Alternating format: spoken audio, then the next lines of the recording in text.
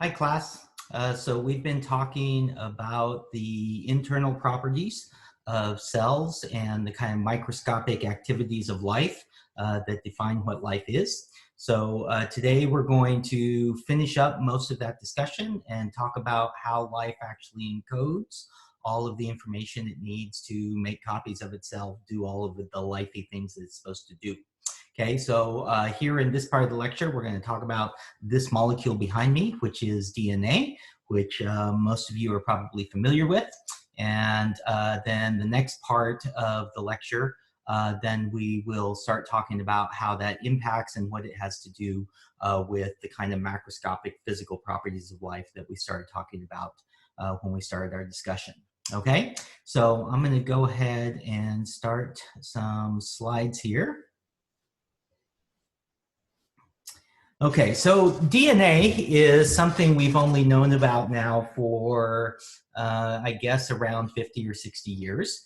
It is something that we had long sought understanding about. Basically, how does life know what to do and how is the information about making a life form encoded? And so we've kind of come to this understanding very recently in terms of our technological ability to actually measure and understand what's going on the molecular level. And in fact, you and I now live in an era where we are evolving our capability of actually manipulating this molecule, which gives us kind of disquieting powers in terms of the implications for what kinds of control we have over life, okay? Okay, so what is the story today going to be? So we'll talk about how the instructions are encoded and how it actually works. We'll take a very simplified high-level view of that. Some of you may know a little bit of this, and you can certainly read a great deal more than we're going to talk about, but we'll talk about the basics here because that's relevant to what we're interested in. We'll describe DNA and the so-called nucleic alphabet and how it's used in genetics, and then we'll end this part of the lecture with a discussion of DNA replication, which is, you'll recall, one of the properties of life is the ability to reproduce and make copies of yourself. So DNA has to be able to do it as well, okay? So when you learn about DNA, the names you're usually taught are Watson and Crick, who were two of the people who won the Nobel Prize for the discovery of DNA. But history is very good at uncovering the truth about stories, and it seems that, in fact, we are indebted to the work of Rosalind Franklin for everything that we know about DNA. Most of our understanding of DNA and its structure we've known since the very beginning. And it's as a consequence of this photograph shown here on the lower right, which is known as photograph 51, which was the very first picture of the double helix structure that was taken by Rosalind Franklin and her graduate student, Raymond Gosling. So if you'd like to read an excellent biography of Rosalind Franklin and her work during this era, tragically, she died of cancer at a very young age. This book by Brenda Maddox, Rosalind Franklin, The Dark Lady of DNA, is really quite excellent reading. Okay, so what do we need to know to build a life form? So what we really need are instructions. If you assume that we have the capability, we have the structure, the raw materials, whatever it is we need to build a life form, the thing that you really need are the instructions. How do I take a pile of raw materials and put them together in the right way with the right function, the right form, the right proportion, the right ratios, all of that? Okay, so cells are the basic factories that store those instructions. And if you go back to our discussion about the tree of life, the cell is really the fundamental unit of all the life forms. So two entire branches of the tree of life, the archaea and the bacteria, they are singular cell organisms. Okay, so the cell's the fundamental unit. And if you go down the eukaryote branch, that also contains single cell organisms, but it also contains the multicellular organisms like me and you and spider plants and whatever else there is out in the world, okay? But even you and I, which are large complex creatures, the fundamental unit of us is an individual cell. And so cells are the factories where all of the activity is going on, and they're also thus the place where all the instructions about how to build life forms are actually stored. Okay, and the instructions describe every piece and part of a life form, whether you're a single-celled organism or whether you're a big complicated organism like you and I. And some of those pieces of those instructions describe structures and parts of the organism. How do I make a cell wall? How do I build a fingernail? You know, things like that. But other pieces of the instructions are, how do you do operations? How do I, build structures capable of utilizing energy from ATP? How do I build structures that are capable of reading out the information on a DNA strand? Okay, so there are operators and structures both within the instruction set, but it's all encoded in the instruction set. Okay, and then the last thing is you need a way to make copies of the instructions, because you have to make new factories. Life has to reproduce itself. So if life is a single cell organism, you need to make a new cell, and the new cell has to have copies of the instructions. Okay, so that also has to be encoded in the instruction set, is how do I make a copy of myself? Okay, so the master molecule of life on Earth is DNA, deoxyribonucleic acid. So there's a picture of it here on the left side of the slide. It is a very complex looking molecule, but it has a remarkable, simple, and easy to understand structure. And one of the most startling discoveries that we've made about life on Earth is that all the life on Earth that we know of is based on the same biomolecular instruction set, based on the biomolecular instructions that the DNA is built out of. Okay, and so that's quite remarkable. So what is the structure? So the structure, the backbone of the DNA, which you can see there, are two intertwined chains, long backbones. They're drawn in orange and blue in this figure here, okay? And they're entwined around each other to make the so-called double helix, this famous double helix structure that you are familiar with. And double helix structure is very nice. It allows you to compactify and wrap and bend DNA in all kinds of ways to squeeze it into the spaces where it has to be stored. Along the backbone, there are little rungs. In fact, along each of the two backbones, there's a half rung, okay? And those rungs are formed out of what are called nucleic acids, okay? So they are the nucleotides in the genetic alphabet. There are only 4 letters. Each of the letters is shown here in the bottom half of the slide, is a particular nucleic acid. So A is adenine, T is thymine, G is guanine, and C is cytosine.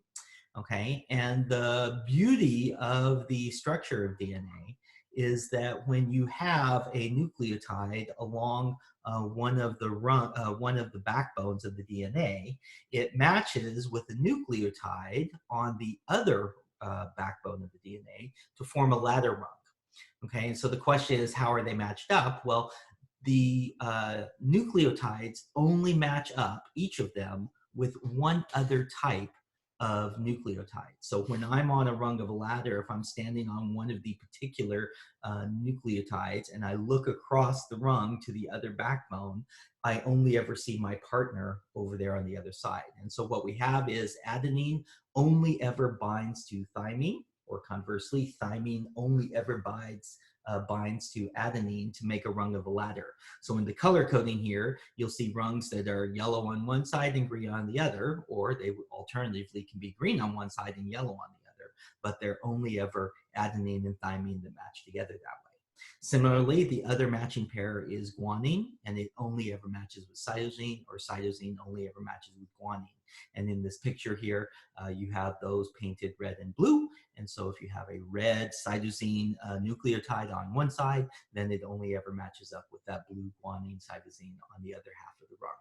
Okay, so that's the way the genetic alphabet is spelled out along the DNA. It's just rung, rung, rung, rung, rung along the ladder as you spiral up the double helix. And as you go up the rungs, you basically can spell out the sequence that represents the entire DNA strand. And DNA for creatures like you and I are billions of, as we call them, base pairs long.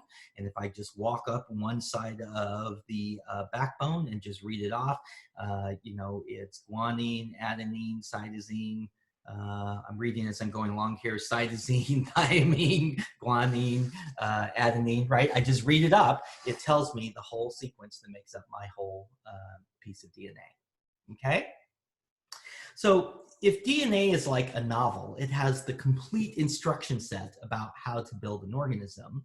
The novel is full of words and letters. And as we've just said, the nucleotides, A, T, G, and C, are the letters of the alphabet. It's a very simple 4-letter alphabet, okay? Well, the words themselves are the individual genes in the long sequence of the DNA. So it's billions and billions of base pairs long, but if you take a small segment of the DNA, as you go along the entire strand, there are blocks which are called genes. And the gene is a particular sequence of nucleotides that when the micromolecular machinery of the cell reads that piece of the DNA, it's an instruction set that tells you what to do to build a structure or do a function that exists in the cell, okay? So the whole genetic sequence, all the genes that are spelled out along your super long strand of DNA then is all the instructions to do the complex machinery work of this cellular organism, of this thing that we call life, okay? So that includes all the stuff the cell needs to know how to do. How do I break up ATP and use that energy? How do I divide myself up and make a new copy of myself? How do I utilize water when it permeates in through my cell membrane, right? All those instructions are in there, but it also includes information about the structures, right? So what is my cellular wall comprised of? For macroscopic creatures like you and I, which are made of many complex combinations of cells all over, the information tells all of those cells how to get together to form the macroscopic structures that represent the pieces of our multicellular body. So the example there is somewhere encoded in our DNA is how do you make an eyeball? But there's also information, not just about the structure, but of all the details of the structure. In my genetic information is what is the information you need to make my eyes the color that they are. So my eyes happen to be brown. Some of you will have blue eyes. Some of you will have green eyes. All of that's encoded in your DNA genetic structure. Okay? So literally anything about an organism that you ever notice, whether it's its structure, whether it's the way its body operates, what its metabolic functions are, all of that information is encoded in the genetic sequence. And so in the last 10 or 15 years, where we've developed both the biochemical technology plus the computer technology to read out the complete genetic sequence of any organism's genetic structure along its DNA strand, that's really only recent technology. And so now what we're learning to do, we've learned how to read out the whole DNA strand. We've read out and documented the genome of the humans and of dogs and of coronavirus and everything that you can imagine. What we haven't yet learned how to do is how to take that entire readout that we've made of the genetic strands and recognize, okay, this is this gene, this is this gene, this is this gene, this is what this gene does, this is what this gene does, this is what this gene does. Okay, so there are hundreds of thousands of genes along a DNA strand, and so now that's the next frontier in biochemistry. Okay? Now, the last thing I want to talk about in this section of the lecture is we said that one of the things that DNA has to be able to do is it has to be able to replicate, right? One of the functions of life is to reproduce and make copies of itself. So DNA has to replicate itself. And if you want the new copy of you to be just like you were, right? Organisms make copies of themselves, then the DNA replication has to be error-free. Okay, so how does that work? So basically there's an enzyme. Enzymes are the catalysts that perform all the functions inside the cell, okay? So there's an enzyme that runs up the DNA double helix and it unzips the two backbones from each other. So it goes to that middle of the rungs where the nucleotides are put together and it breaks the nucleotide bond between them. So you end up with a rung with on one side a sequence of nucleotides and then the other backbone with the companion sequence of nucleotides. So as I unzip the DNA, if I'm left with an adenine on this side I have the companion piece, which is the thymine. Okay? So I end up with two separate strands. Okay? After that, the strands in the nucleic material of the cell is a soup where lots of these loose nucleic acids are floating along. And so the enzyme now that's responsible for building the new DNA, it takes one of the single backbones, it looks at what the nucleic acid is at the current rung that it's working on, so maybe it's guanine, and then it fumbles around in the soup, and there's all kinds of nucleic acids wandering by, and it checks it until it finds the match for that guanine, which is a cytosine. And when it sees the cytosine, it grabs it, it bonds it, and it makes a new rung of the ladder.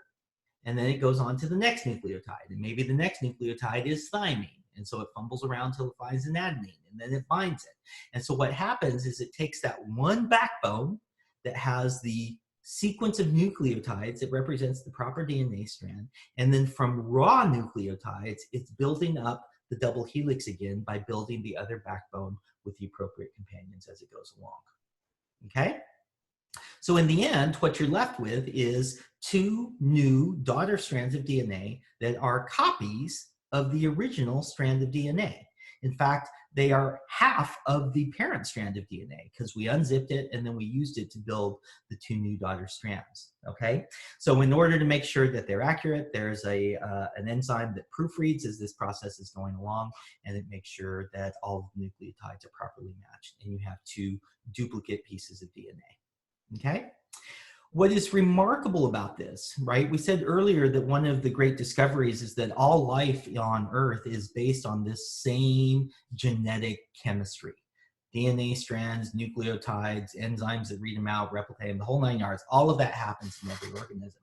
But at the micromolecular chemistry level, the same process that we just described is the same in every organism. So my DNA replication system looks exactly the same as yours, which looks exactly the same as an oak tree's, which looks exactly the same as a daffodil's, which looks exactly the same as a platypus. No matter what, all life on Earth has the same macromolecular machinery doing this process. And so I could easily hand my DNA strand to an oak tree, and an oak tree could read my DNA strand out, no problem, and do what it needs to do. Okay? So that is one of the things, this whole kind of commonality of the genetic chemistry across life forms on Earth that we point to that makes us think that life on Earth comes from a common genetic origin. Okay, from a common origin long ago. And so that greatly influences our thinking about what life on other planets is going to look like. Is if there is a single instantiation of life that has some process by which it maintains itself and does all the lifey things, then the fact that it's capable of replicating and maintaining itself means that it will expand and grow. And as we'll discuss, it will diversify.